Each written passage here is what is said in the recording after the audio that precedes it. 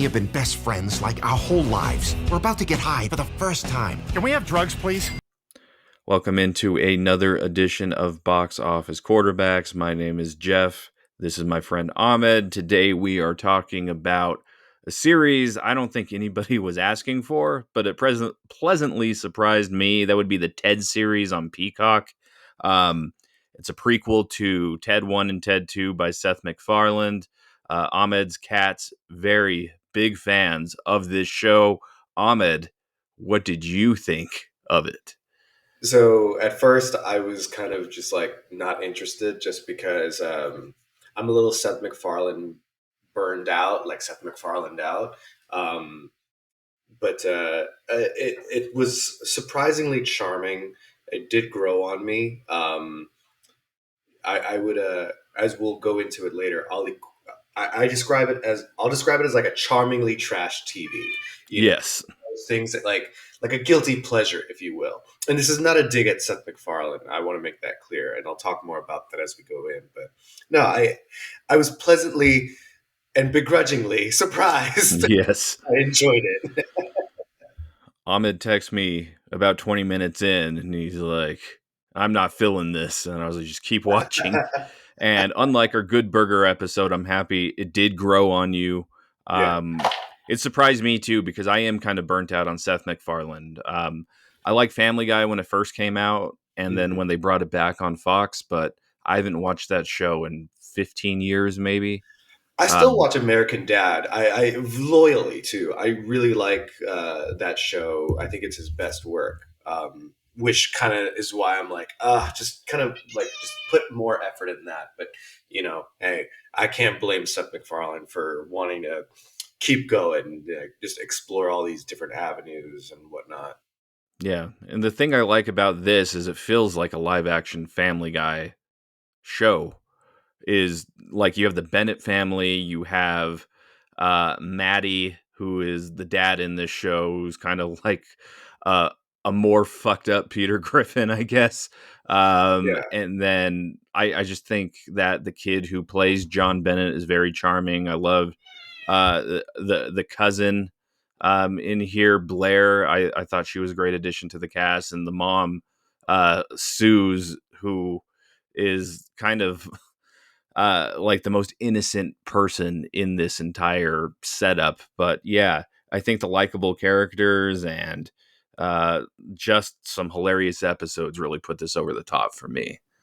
But it's funny you bring that up, that it's like a live action Family Guy. It's really kind of reminiscent of 90s family sitcoms, which is I'm guessing what Seth MacFarlane is very, very familiar with. He's, got chops in Hanna-Barbera and animated cartoons.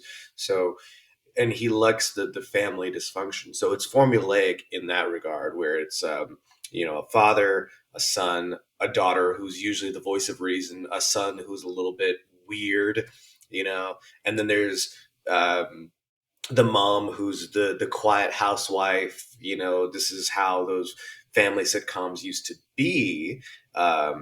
And Seth MacFarlane would take it a step further by creating an inanimate object, whether that was Yes. Brian the talking dog, Roger the alien, Klaus the fish, and Cleveland Show, which was like co-created, I believe, if not created by him, where they had a talking bear. So it's not uncommon for him to have this. It's almost formulaic. But he does have a good cast. He selected a good amount of people. But that was what I had problems with, saying like, oh my God, it's just another one of these things. Like, how many more are we going to get? I get it. You like TV in the 90s. And I was being very jaded. I can admit that. But it's just one of those, it's kind of like, it could be an introduction to other people like that have never understood this style of comedy. We grew up with Seth MacFarlane's comedy, but this is more for like the younger generation who don't know his work and maybe don't know classic, British style comedy, which is also something that influenced him, like like sketch comedy from like people like Monty Python and shit like that. Yeah. And like there's so many sitcom tropes on display here. There's the early episodes when they're pretending to be the dad of the bully Clive, and that shit just had me cracking up. Oh my god. Um, they, go to the mall with $20 to try to get him a birthday present, and they're proud of him for getting a C+ on his algebra test, and he's like, I aced the test, Dad. I got a Like, well, C+. yeah, That like, well, it C had isn't me exactly dying. acing it. Yeah. So, uh, well, and that kind of comedy duo uh, is like you can only have that, but it reminded me of like what also might have inspired, other comedy duos like Key and Peele. So, like, it is what it is. yeah, it's very very early 90s, like Family Matters type of comedy. And I think that Seth MacFarlane as Ted is just charming in his own way. Just I think he's kind of become like a pop culture icon, not so much as like Homer Simpson or Bart Simpson or somebody like that, but I think for like a newer generation, like a Gen Z who maybe did start getting into the Ted movies in the last decade, I think kind of this is their, like you said, introduction into this type of comedy. Um, is there any episodes or scenes that did stand out to you here, Amit? There was the last episode um, where John is trying to get lucky. He's trying to have sex on prom night, which is another trope in and of itself. But he and Ted are kind of like trying to you know you've never unhooked a bra before. So Ted, the teddy bear, has got a fucking bra on him. And he's like, okay, unhook the bra. And he just kind of keeps stepping back. He's like, well, I'm not going to make it easy for you. And just chasing each other in the room. And then when Blair, the cousin, when she walks in, is like, why are you wearing my bra? And then takes the bra out and the tissues fall out. And he's like, now you know. It's like, oh, Ted stuffs. So, Yeah. like, that genuinely made me laugh because there was so many times when it's just, um, okay, this joke we've heard before in a different light. This is the same kind of jokes. This is inspired by this comic. This is inspired by this sketch. And so I kind of I had to really turn it off and just shut up and try to just appreciate it for what it was. And sometimes we need that, we need that. Like, you think fine dining chefs don't make their own meals when they go home, or do you think they go out and get ramen or takeout? You know what I Yeah. mean? Like, so, like, and that's why I was saying Seth MacFarlane, like, he is a brilliant, he's brilliant when it comes to comedy, when it comes to the artistry. So this is just like, I'm not saying he didn't put his all into it, but he doesn't need to lower himself, and that's kind of why I'm like, I was a little disappointed at first, but then I'm like, oh no, he's just doing this because he's just having fun now. He doesn't need to do this. He wants to do this. Yeah. Does that make sense? Yeah. And he was committed too. I read he did 2 hours of motion capture a week for this show for 22 Yeah, straight weeks. Like, he's running around as Ted. He is and 100% committed. that's another thing. It's like the voice acting in itself is not an easy feat. But he's done it so much that like he makes it look easy. Yeah. Which when you see him so much, you can kind of get a little burnt out. But the fact that he's still putting his all, like, he deserves his flowers.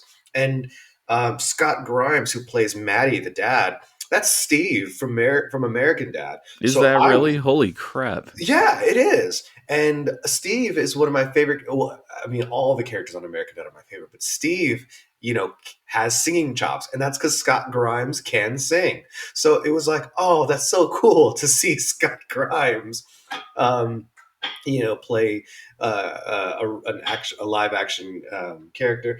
And I also give Seth MacFarlane flowers for being loyal to some of his other friends, and like people like Scott Grimes, who he was in Orville too, which I never watched, but he's good about like hooking people up that have been his friends. It's not nepotism. I won't give that. It's remembering who were there for you during those times. And Scott Grimes can fucking act. He can sing too. I hope Scott Grimes will put out an album, a Steve R&B album, Oh man. maybe. Like the episode when Maddie wishes his toy dump truck alive was the funniest episode of TV I've seen in a long time. Holy crap. Sitting on the couch with him drinking a beer and talking shit during Yeah. Christmas dinner. It was hilarious, I'll tell you that. Yeah, and oh my god, like I was annoyed by it, but then I'm like, wait, so you're just gonna introduce this fucking truck? What happens to the truck? And then it's such a stupid ending. And I think Seth MacFarlane will admit, oh yeah, it's stupid as shit. Like, I kept waiting for the truck to get hit by another truck. right. But no, instead it's like it was a cheesy ending. But hey, endings are usually the hard part. It's easy to start something. It's very difficult to end things. Even stand-up comics, whenever they'll do a bit and then it'll go into a banter with themselves. And there's a lot of banter in this show that has nothing to do with anything. But they're, I guess, his versions of cutaways in Family Guy, and they lead to nothing. And then you're like, and then they admit, oh, I'm too fucked up. I don't want to get high anymore, kind of thing. And it's like a almost Quentin Tarantino-esque where there's just dialogue on dialogue. Yeah, for sure. Like there are no cutaways here, but there's a lot of different great elements of this show. It's funny. I have nothing but good things to say. I had like this one stupid thing that bugged me, and I think I told you. Yeah. Like, they never smoked weed before, and then they're smoking out of a fucking soda can. Like, yes. Where did they learn that from? The internet? Who the fuck told you to do that? I was thinking the exact same thing when you texted me that. I was like, oh, all right. Like, I'm just saying, like it's like in Friday when Ice Cube has never smoked weed before, but then he just goes, oh, wait, you knew to do that. Give me a fucking break. Yeah. Well, let's talk about our ratings, Ahmed, on the Box Office QB's Rival Fantasy scale. You could go to joinrival.com/boxofficeqbs to get $25 in free play for Rival Fantasy Sports. That'll be our plug for them. But Ahmed, let us know what you would rank this show. Here's my plug for Ted, the TV series. I give it an all-star, which Nice. I'm surprised that I'm giving it that, but this is just because it is. I'll call it charming trash TV. And again, it's not a dig at Seth MacFarlane. I think he's still got it, and he's still interested in getting better. And this is something he wants to do just for. I was reading an article before this where. Let me backtrack a little bit. Max Burkholder, who is essentially playing a young Mark Wahlberg, if you will, I think does justice. And I was curious what Mark Wahlberg thought about the whole series.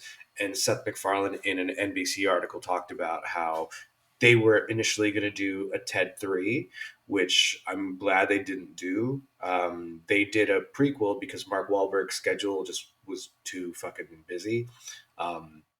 But you couldn't have, but even then, this young man, Max, is doing a great job. I think like he's doing justice by playing the young Mark Wahlberg. I'm interested to see whenever he starts, if he like starts bulking up or whatever. Cause Yeah. you know what I mean? But the fact that he tackled that dude in the last episode, like, yeah, because don't make Mark Wahlberg look like a bitch. Yeah.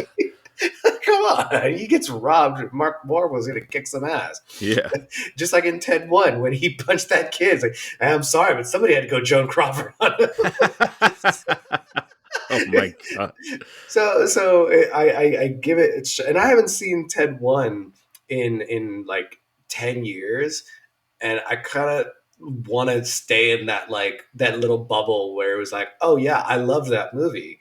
Ted 2, on the other hand, I think we could have gone without it. Maybe Ted 3 is a good thing they didn't make it. I think here is a great way for you guys, for people to start fresh.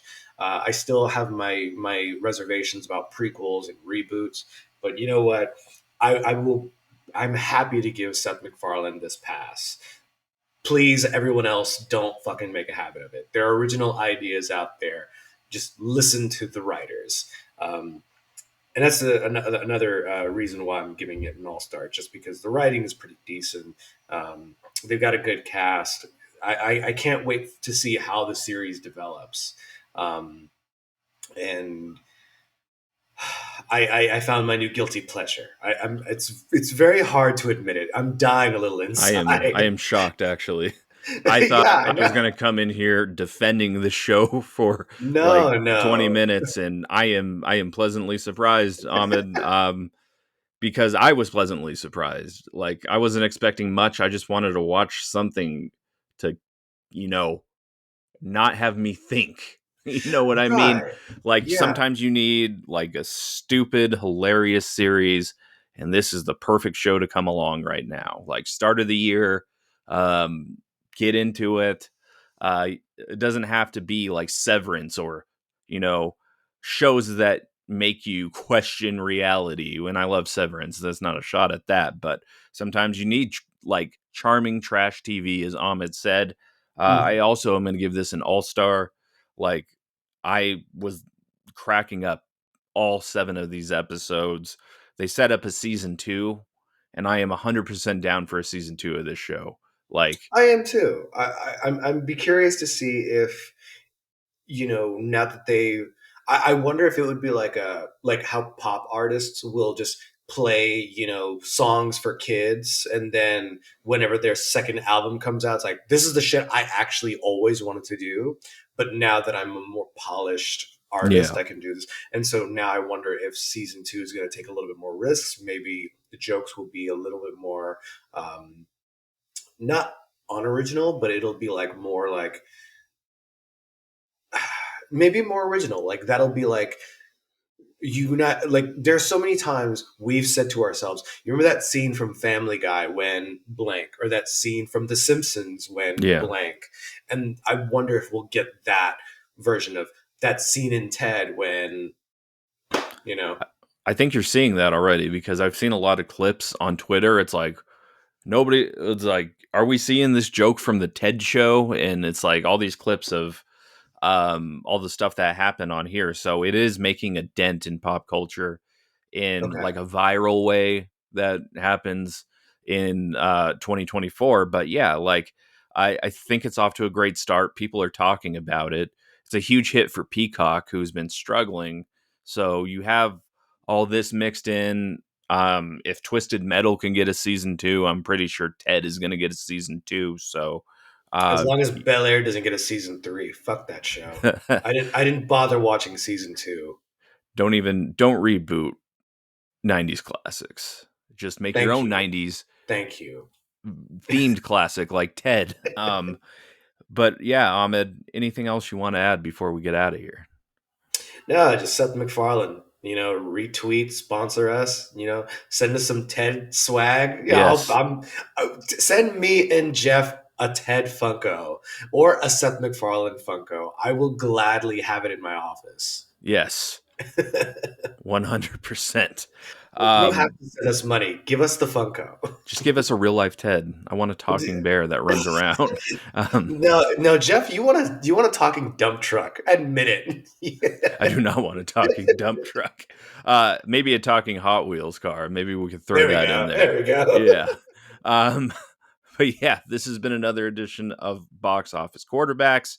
That's my friend Ahmed. I am Jeff. Check out Rival Fantasy Sports. Go to joinrival.com/box office QBs for $25 in free play, $10 on your first deposit, and up to a $200 deposit match. Perfect time with the NFL playoffs rolling around. But this has been Box Office Quarterbacks. We will see you guys very, very soon.